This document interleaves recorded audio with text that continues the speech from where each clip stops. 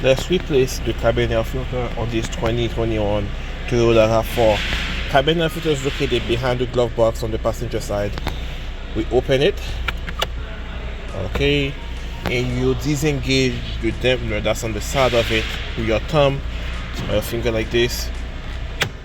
You pull it, and you're going to cave in both sides of the glove box.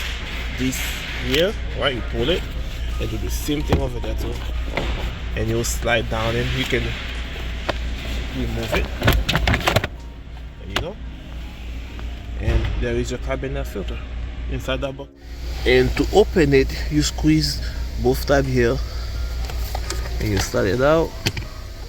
And pay attention to the orientation of this, right? To the new filter. This is the old one. Put it ready.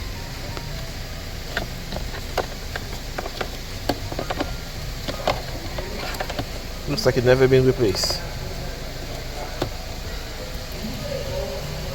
There you go. Here is the new one. Pay attention for it. And here is a new filter. Put it in. Perfect. Okay, pay attention to this too. Face up. And we're going to